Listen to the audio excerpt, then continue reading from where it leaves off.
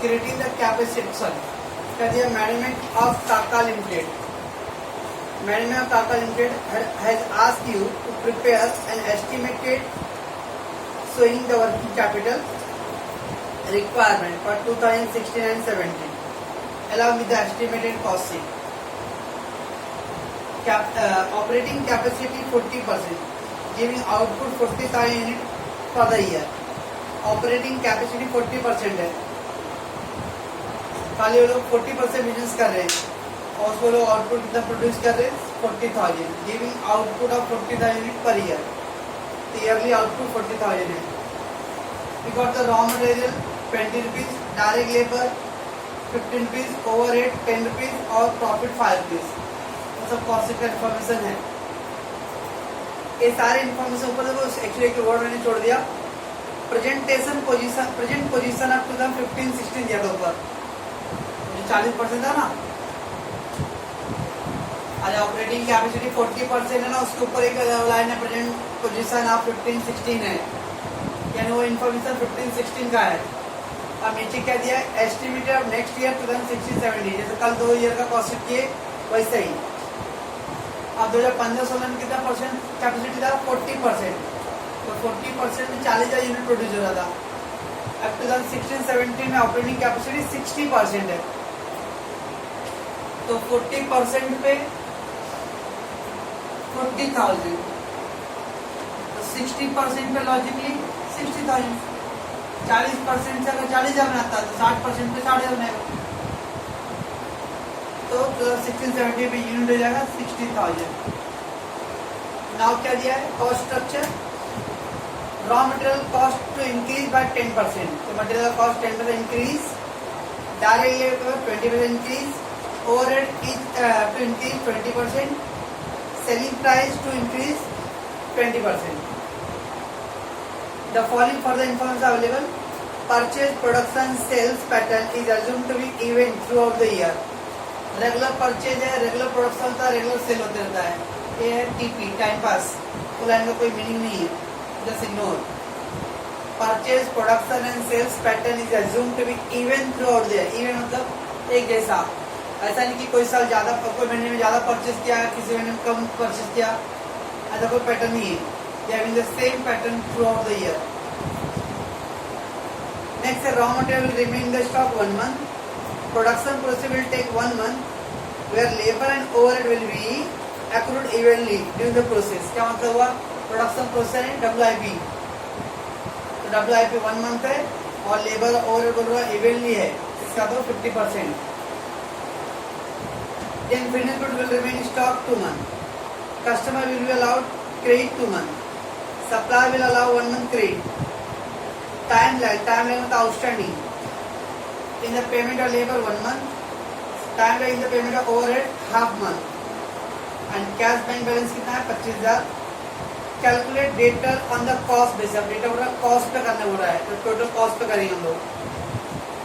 20% of the purchase will be cash purchase. अब जो purchase करते हैं उसका 20% अमाउंट कैश परचेज, बाकी 80% क्रेडिट परचेज है. स्वाहा. पहले मैडम जी, तो 2015-16 का पहले cost sheet we have to draw. 2015-16 cost sheet अब 2015 and 16. 40% कैपेसिटी, तो कितना प्रोडक्शन दिया था, 40,000 unit produce.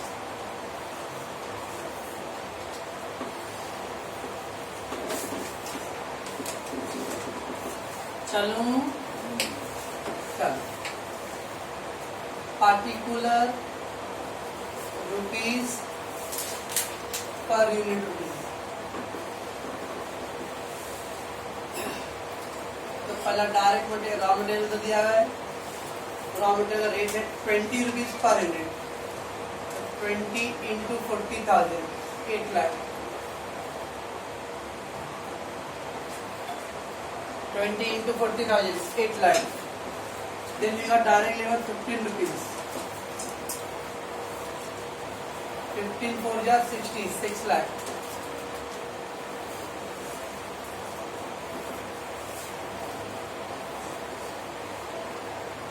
Overhead 10 rupees 4 lakh. ज्यादा लोग कोई भी काम करते सुमड़ी में करते हैं। Total cost 18 lakh.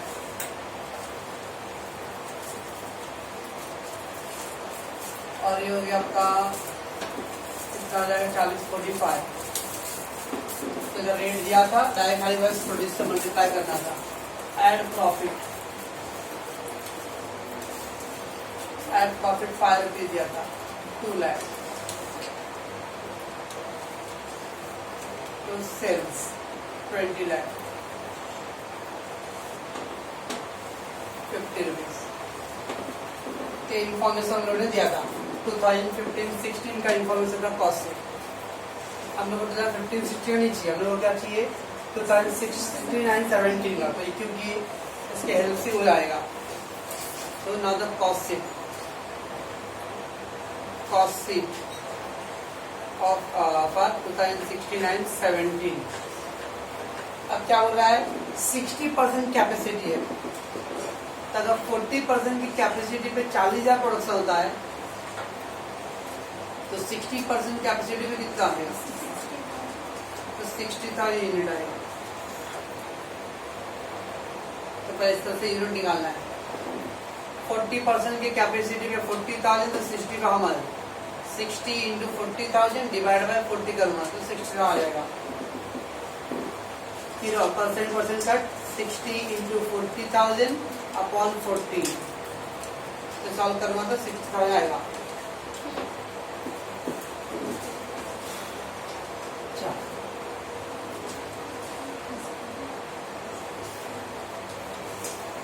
Particular total rupees और एक पर यूनिट रुपीज। अब क्या क्या दिया वर्ड उधर पे डायरेक्ट मटेरियल क्या है पहला पॉइंट में sorry raw material cost increase by 10%। Raw material 10% increase हो रहा है।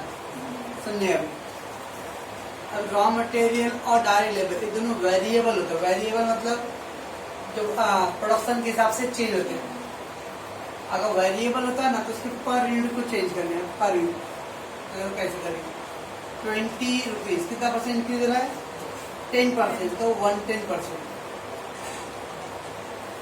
20 का 110% 22 रुपीज।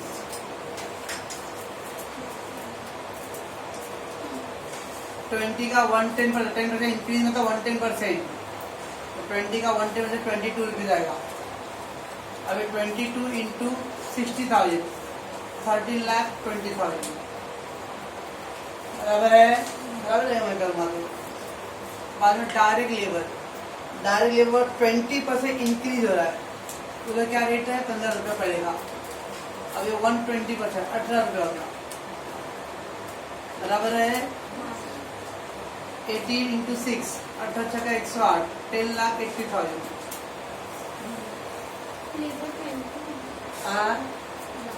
क्या बोलिए लेबर मतलब 20%। हाँ हाँ मटेरियल 10% था तो मैंने 110 लिखा 100 ऐड कर दिया उसमें इंक्रीज है तो 20 है तो 120% होगा ना।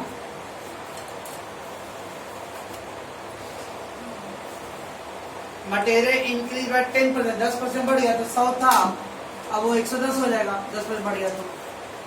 वैसे लेबर 20% बोल रहा है 100 था तो 20 बढ़ गया तो 120 हो गया। तो लेबर इधर पे कितना है 15 रुपये है तो 15 का 120% निकालेंगे तो 18 आएगा 18 into 60,000। And then overhead to increase by 20%। Overhead to increase by 20%। क्या देखो लाइनिंग तो वैसे ही दिया material 10% increase overhead 20% increase sorry मतलब ये डायरेक्ट लेबर एंड ओवरहेड का भी 20% बोला है। बट कभी कभी अगर बोले वो लोग पर यूनिट को चेंज करो तब ओवरहेड का 10% 10 का लेने का तो 10 का कितना परसेंट इंक्रीज है 120%, 28 था मतलब 120%। बट अगर जब तक पर यूनिट नहीं बोला रहेगा ओवरहेड में, ये कितना अमाउंट 4 लाख ना, 4 लाख का 120% करो, 4 लाख का 120% कितना, 4,80,000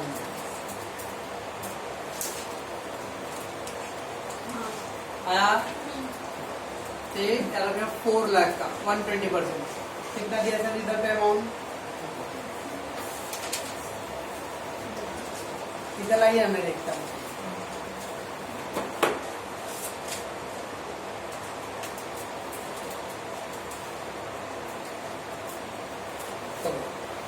उन्होंने वही पैटर्न पे दिया, जाके छोड़ो आप लोग वाले वाले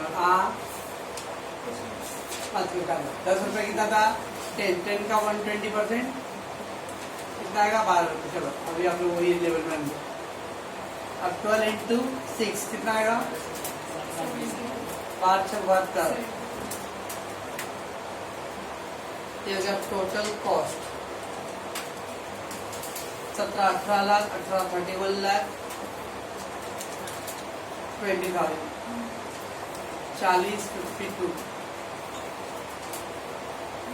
फिर क्या दिया, और सेल्स के बारे में कुछ बोला, selling price to increase by 20%, selling price to increase by, पहले ऐड प्रॉफिट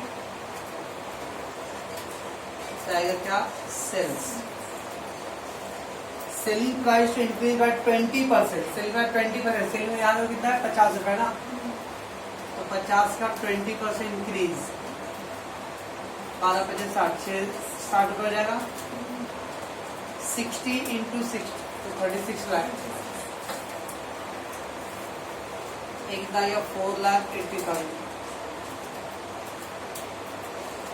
एक कितना आ गया, 8 रुपये। तो कैसे आज जो भी परसेंट से बोला है 10% इंक्रीज तो 110, तो रॉ मटेरियल का 110, लेबर बोला 20% 120, ओवरहेड बोला है, बाद में सेलिंग प्राइस बोला 20% इंक्रीज, तो सेलिंग प्राइस कितना पर यूनिट था, 50 है, तो 50 का 120% 60 इंटू 60 का करो 36 लाख, इसको लेस कर दिया, आ गया, मैं इसको भी लेस करके आ गया। इस तरह से पहले कॉस्ट शीट ड्रॉ करना है। अब कॉस्ट शीट में एक पॉइंट और दिया था, एकदम लास्ट लाइन में क्या दिया था wording, 20% of the purchase will be cash basis. ये जो परचेज दिया ना, purchase raw material purchase, raw material purchase, raw material purchase कितना अमाउंट है, 13,20,000, इसका 20% बोल रहा है कैश परचेज है, कैश परचेज कितना है, 20% 2,64,000। अगर 20% में नकदी खाते में बेचता हूँ तो बाकी का 80% उधारी खाते में रहेगा, कितना आ जाएगा, मालूम नहीं कितना आएगा, 36, 3 लाख, 10,56,000।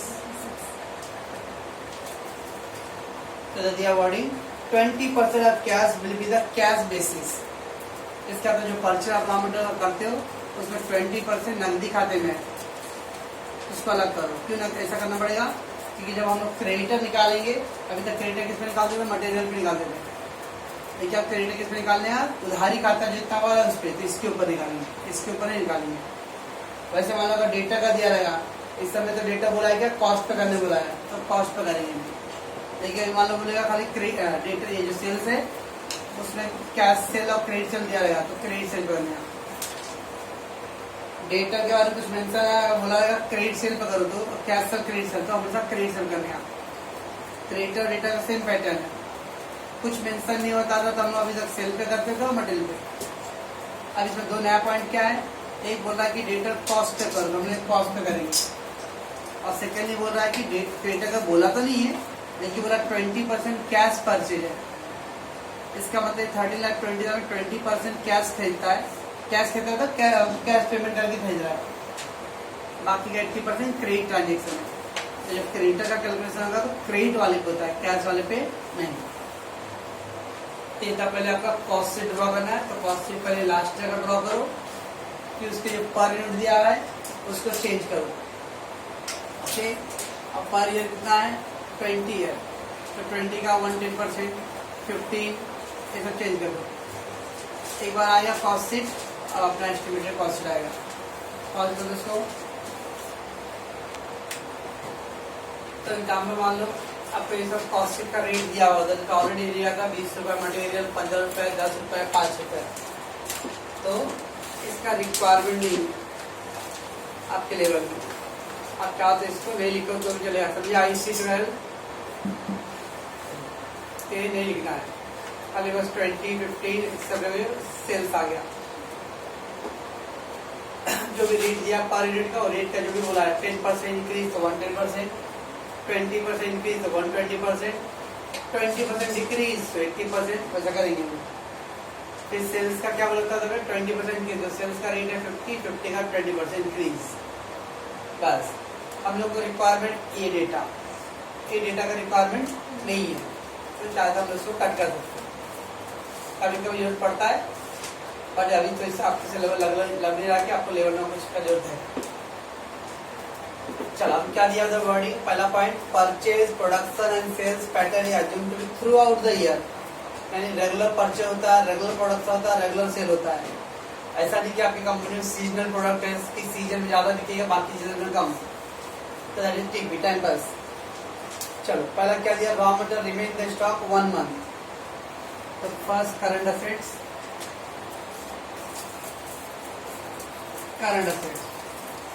उसमें पहला स्टॉक में पहला raw material remain in the stock 1 month बोला है। Raw material remain in the stock 1 month, तो रॉ मटेरियल स्टॉक में रॉ मटेरियल 1 मंथ का है। अब कितना रॉ मटेरियल है, ये जो क्रेडिट और कैश करते हैं क्रेडिटर के लिए करते हैं। स्टॉक का रॉ मटेरियल पूरे अमाउंट आएगा 13,20,000, तो 13,20,000 इंटू 1/12 11,000, 1,10,000 बराबर है 12 कम 12। सेकेंड WIP प्रोसेस क्या दिया हुआ है, production process time will take 1 month. Production process time WIP में 3 पार्ट करते हैं लोग। पहला रॉ मटेरियल 13,20,000 इंटू 1/12, 1,10,000। फिर डायरेक्ट लेबर कितना, 10,80,000, 10,80,000 इंटू 1/12 इंटू एक्स्ट्रा हाफ 40,000, नहीं 12 9 100 45,000,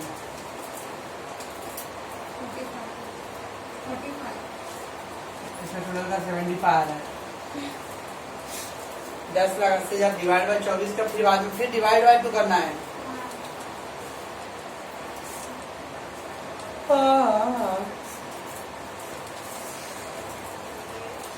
ओवरहेड अभी तक आया ही नहीं उसका, आया बेटा 10,80 कर लिख, भागे 12, गुणा नहीं जा रहा था, प्रेस का डिवाइड का, अभी डिलीट कर उसका, डिवाइड 12 फिर डिवाइड 2 इक्वल कर, बता दूंगा अभी। ये दोनों से डिवाइड करना है, तो पहले इसको 12 से डिवाइड करो, फिर 2 से डिवाइड करो, ऊपर है तो मल्टीप्लाई करेंगे। वैसे इसको भी 1/12, ये कोई नहीं बोलेगा, क्या बोला आंसर,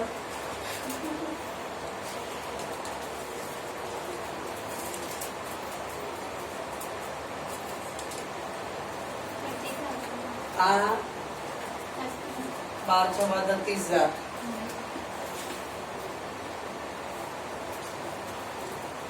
चलो उसका फिनिश गुड का कितना दिया है, finish good remainder 2 month. Finish good किस पे करेंगे, टोटल कॉस्ट 31,20,000 2/12, 6 25 30, 6 दिन बाद 60 52, 5,20,000 आएगा। नहीं सर। हाँ क्या नहीं सर? हाँ सर। फिटिंग दे रही क्या?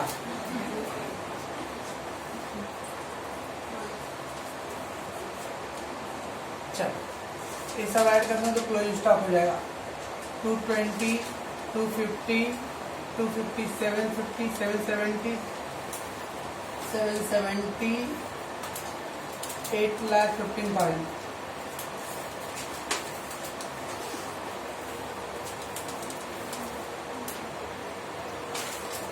आया क्या?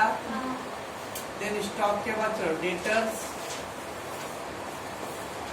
डेटर्स के बारे में क्या दिया था? Customer will allow 2 month credit. Debtor 2 month credit चल रहा है। तो डेटा उधर फिर वर्डिंग दिया था कॉस्ट पे करने के लिए। Calculate data on the cost basis. तो कॉस्ट बताइए 31,20,000। 31,20,000 इंटू 2/12 5,20,000 डेटर। और कुछ है क्या? कैश दिया है? Yes, cash and bank balance 25,000। Cash and bank balance 25,000। 13,60,000।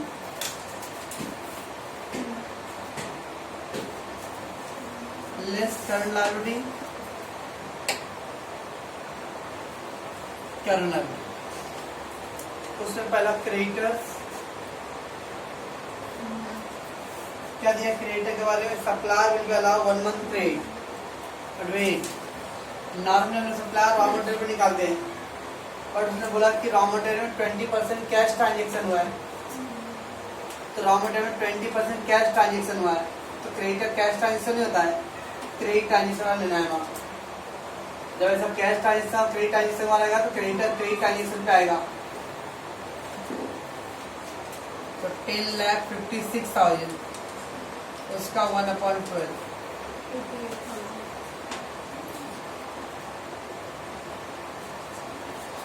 अगर ये नहीं होता कैश का तो हम पूरा रॉ मटेरियल क्रेडिटर पे इस पे आता है रेवेन्यू पे। और देखिए गिवन द 20% कैश ट्रांजेक्शन है तो क्रेडिट ट्रांजेक्शन में क्रेडिटर ही लेगा। और कुछ क्या आउटस्टैंडिंग के बारे में? Yes, outstanding labour 1 month। Outstanding labour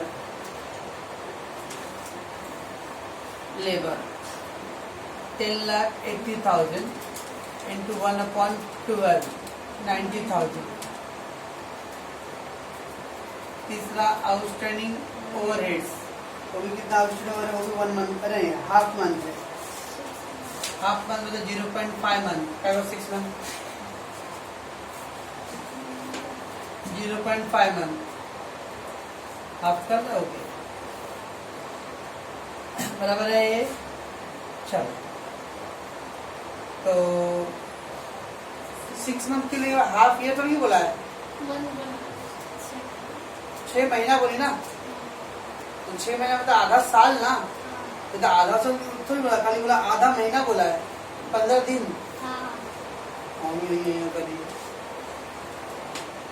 overhead 7,20,000 into 0.5/12 30,000। तो सब कर लेते हो।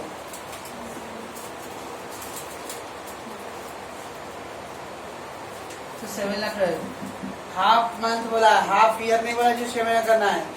हाफ मंथ 0.5 बस। और कुछ है? कुछ नहीं बा। 120 2,08,000 बस। ये हो जाएगा A माइनस B 11,52,000। ये आ गया आपका एस्टिमेटेड वर्किंग कैपिटल। तो डेटर हम लोग को बोला है कॉस्ट पे करने का, तो डेटर का वैल्यू हम कॉस्ट पे कर दिए। क्रेडिटर बोला था, क्रेडिटर क्या करते हम लोग? क्रेडिट परचेज पे करते थे। क्रेडिट परचेज पे कॉस्ट कीजिए तो